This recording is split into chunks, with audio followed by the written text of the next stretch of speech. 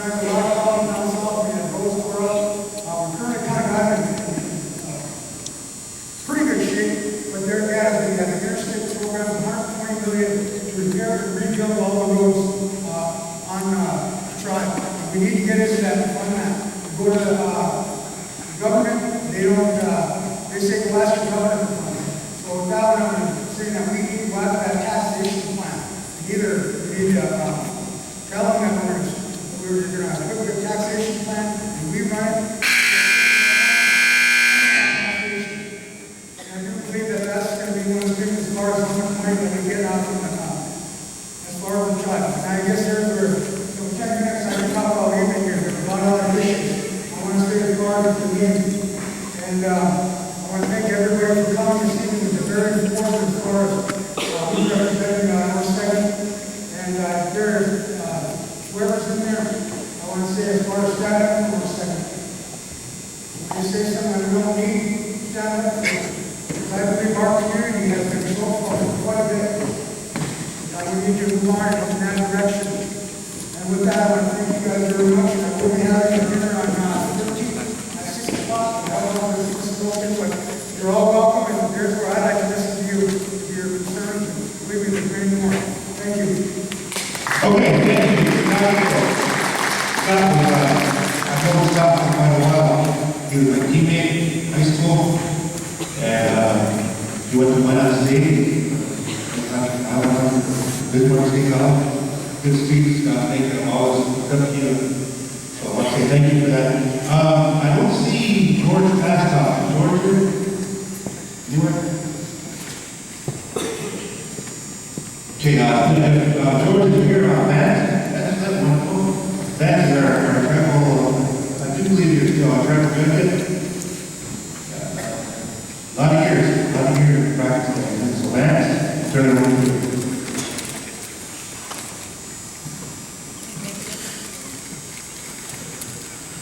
Yes.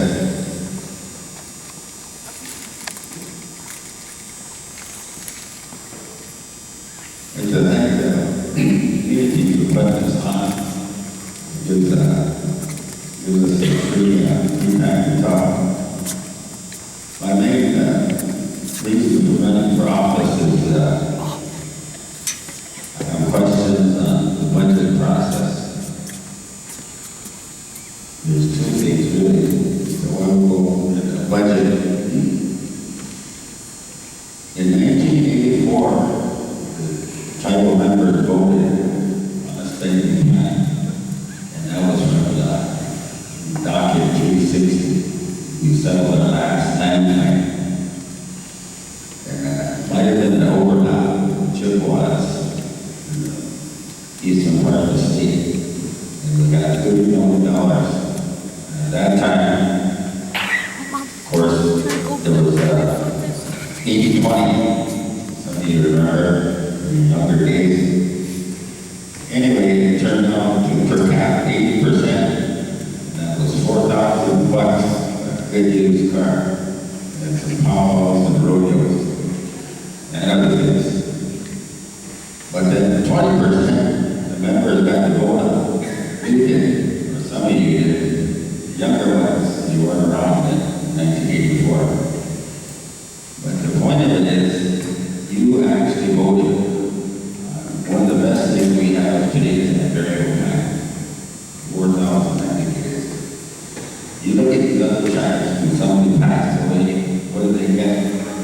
20, $30 for groceries in a cheap casket in the county. The members out of the board, people be very proud, so they were. The radio station, the newspaper, the tribal operations, that's where those documents come from, and they're still in there in 1984.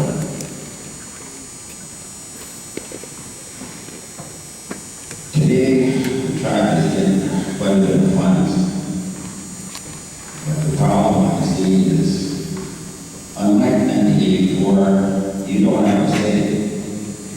You can't say, we need a modular house, we need a trailer house, We need apartments. Nobody listens to you. There's no law that allows you to come to meetings like this and say, council, this is what I want. That's what's missing. Since 1984, that's 20 years ago, that people had to say, today we're talking about $80 million annually, easy. I give you a handout. We get the track.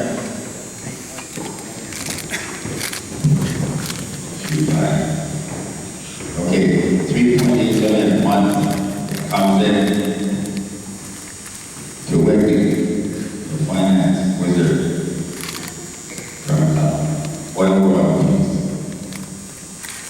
casino profits, selling water, and the oil tax agreement, trying to be with the state, we get about 40 million to right now. So you add that up, that's about $80 million.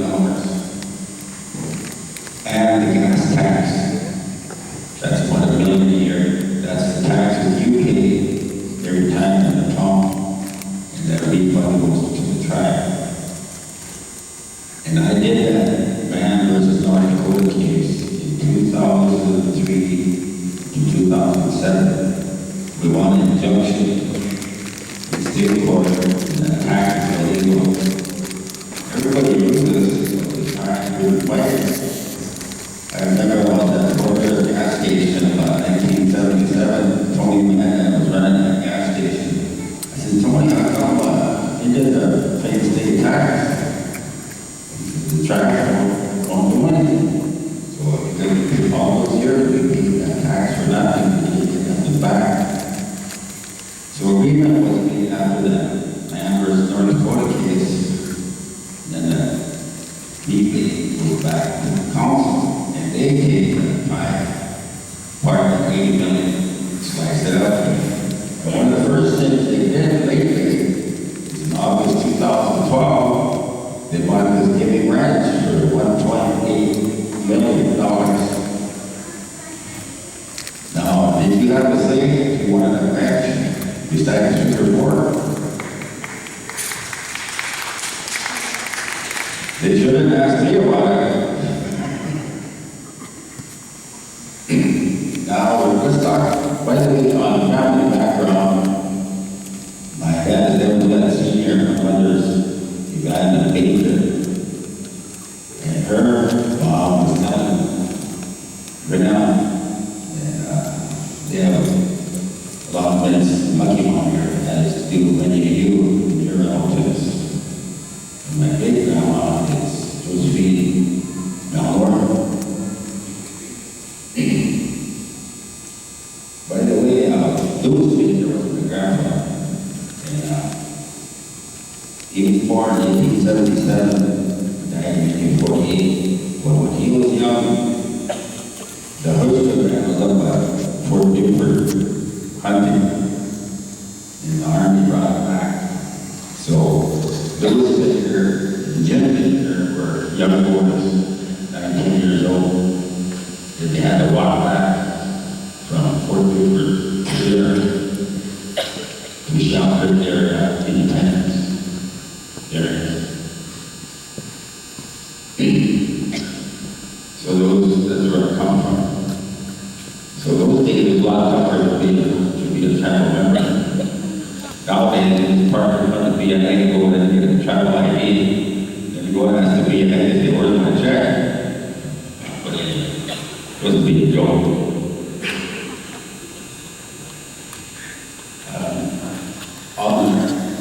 There's two main issues I have it in the handout, I'll just cover it briefly. One is housing shortage. If the tribe could have funded 36 houses, 50,000, they could have given people $50,000, and that would help pay the down payment on 36 houses instead of this Giving Ranch. It wasn't that. The other part we're missing is this constitution we're talking about. There's nothing in there on budget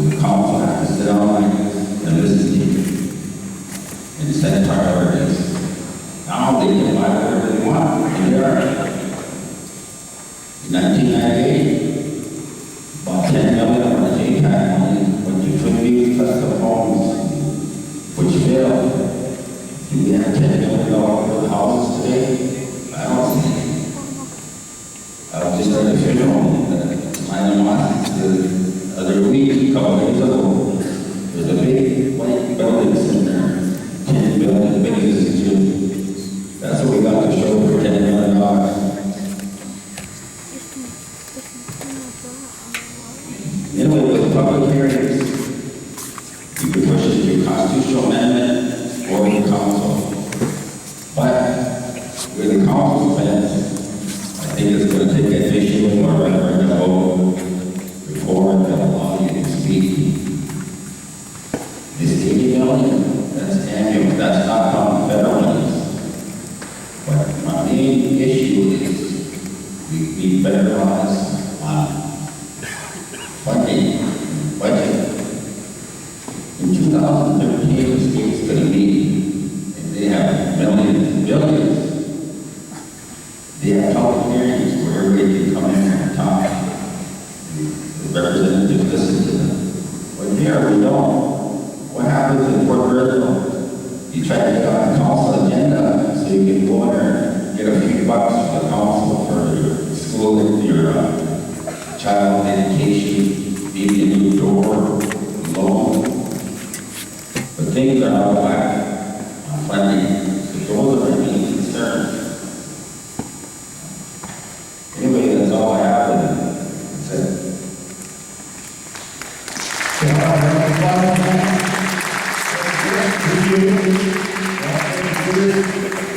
know, as I thought the crowd here, some younger people here, and that's what this is about.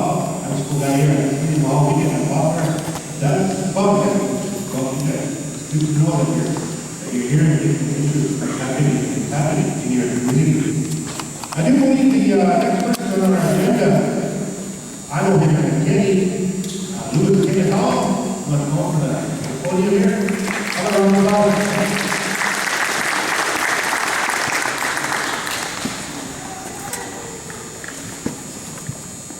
Thank you, Kevin. Dosha. My name is Louis Kenneth Hall. My Indian name is Zafti. I am Hidatsa, a member of the Knife Clan, and the great-grandson of Chief Drysdale, the last chief of the Hidatsa people.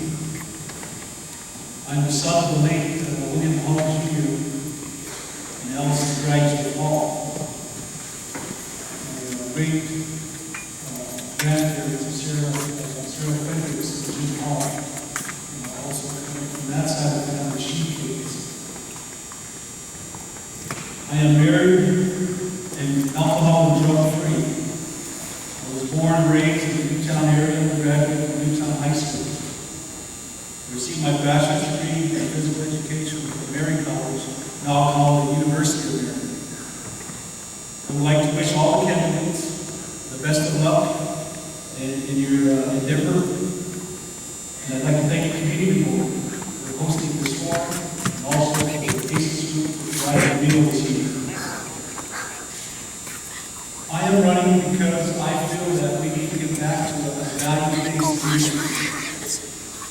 The status quo is not good enough. We have to think differently. We have to think outside the box. We need a multi-pronged approach to address all these issues that are happening simultaneously. We all heard some of the issues: housing, infrastructure, roads, law enforcement.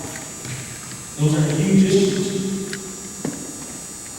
With only 10 to 50% into the potential development stage, there's still time to do this right. And as Professor Cross mentioned, this is still manageable. As an educator for 18 years, I see firsthand a lot of the needs of the children. A lot of the needs of the children in some of the homes in the back of the country. Yeah, a lot of kids just want attention, want to be loved. They want to know you care. And that's where it starts. The house that I grew up with, just down the block, is still standing amongst all the student development here in Newtown. And we have to put the grant out because there's 12 of us in a two-bedroom home. And that's where the grandparents taught respect and the values at the table where we share the meal. That's when the families used to eat together. And that's where all the teachings took place. And those were the good times, as I say. There's a tribe that ran into oil activity in the early 1980s. And the money was being spent recklessly. And what the people did is they had a web advances here in front of the judge. What the people did is they court-ordered the leadership to put this money in a trust fund for kids. And 30 years later, that trust fund is still helping send kids to college. So don't, we still have, if people can unite and be unified, you still have the power to change your government. We don't have to settle for how it's being run today. Scholarships. There was a lady I talked to just the other day. Her daughter's going to graduate school, but they're still funded. Where's our priorities? Where's our plan? There should be money for students that want to pursue a graduate level course or graduate school. There's no reason why we shouldn't have that money available to them.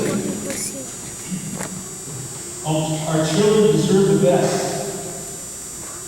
We can provide them with a quality education, and as parents and as community members, we need to get involved in the educational process of our child.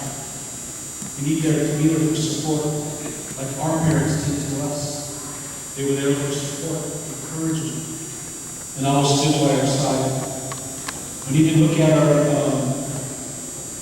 our drop-off rate. How to get more kids to commit to college.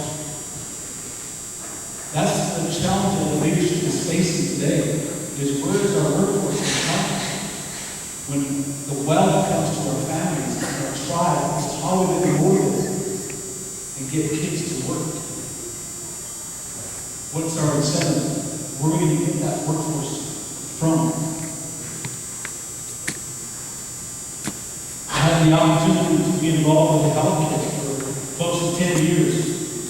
And we all know the rates were only probably operated at 46% of our need base. We're always underfunded to have lack of resources. And we cannot ever forget that the government still owes us a hospital. We can never forget that.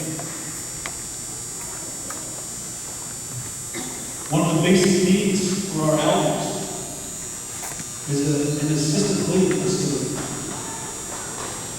My mother is fortunate to have royalty monies coming in. And she can afford to do that, but not everybody can. It costs her about $2,000 a month. But if this tribe could put money towards assisted living and health care just for our elders, to take care of them, where they're with family, friends, relatives, they deserve it. They work all their lives to support us, to care for us, to teach us. They at least deserve that. We should be able to provide whatever the best health care money can buy. We need to aggressively recruit the best medical staff and to have competitive wages to keep them here for continuity of health care. Because we need to compete with business and finance business. We need to have competitive wages for them so we can keep them right here on Fort Worth. As far as energy, regardless if you're pro-energy or not, it's what's going on. We had the fortune to have the opportunity to have 3 energy summits where we brought all the players to the table, land and mineral owners, government officials, state officials, tribal leaders, to talk about all the issues that some of us will be discussing tonight. So it has to be a strategy. And we have to think, like I said earlier, differently on how we approach it. I do support Missouri River Resources, the tribal oil company that referred to. It's a great opportunity because it's following the Southern Youth model, where it took them about a part of 20 years to get where they're at today. But what they had was leadership with vision and consistent leadership. And today, you're a $3 to $4 billion industry. You're operating in 22 states and the Gulf of Mexico. That's what we have here. That will take care of your housing, your infrastructure, your education, your healthcare. That's going to be your engine, your financial engine behind all of these needs. Law enforcement, everybody's talked about. And we know that some states are doing MOUs, state, county, feds. There has to be a partnership to get this done, and we can do it.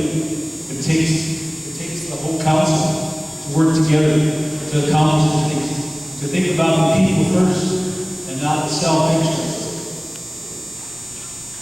Some people are meant to give it back to the DRE. The veterans, very important. Maybe the veterans institute. People can go to share stories, talk to their friends. Housing, I think, can be a phased-in program whenever your budget allows. Instead of a 210 home initiative, why not just start with 25? The next year, as money comes in, you can move it up to 50, 75, and then 100. But you phase it in whenever your budget allows. And let housing be housing and not the council. It should not govern housing. It should be alongside enhancing what's already in place. Just like the end of you're invited to two feeds, one in Bismarck on Saturday at 3 o'clock at the United Tribes Tower, and also Monday, September 17th, right here at Northern Lights at 5 o'clock. You're all welcome to come. Thank you very much. God's bless. Well said, thank you very much. One of the important issues that we really need to keep in mind as we move forward here is our education. Funding for that education. That's when I graduated way back in the 1800s. I was kidding. From the University of Maryland, still famous and known that. So, the biggest thing that we encourage our kids, encourage education and promote education. I didn't have this Paul. It's your turn. You're in the house seat. How about round of applause for Susie? It's my privilege. I can see you have a former chair over here. Good to see you. And like I said, it takes a lot of courage, so commend you on this review. Go ahead.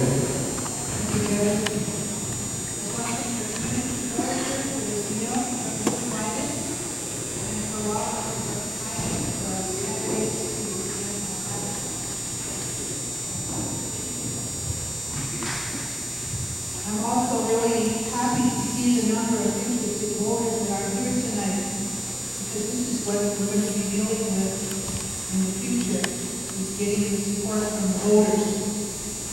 Before I begin, I wish to apologize to my elders for standing here in front of you and speaking, as yet I may have a few more years to learn more from you. So with your permission, let me begin. My name is Susan Marie Sitting Crow Hall.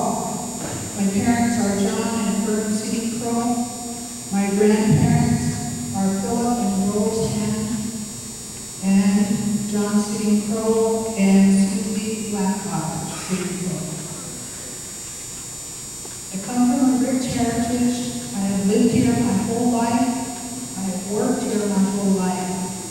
And I know a lot of the people by name, and I'm always happy to see every one of you.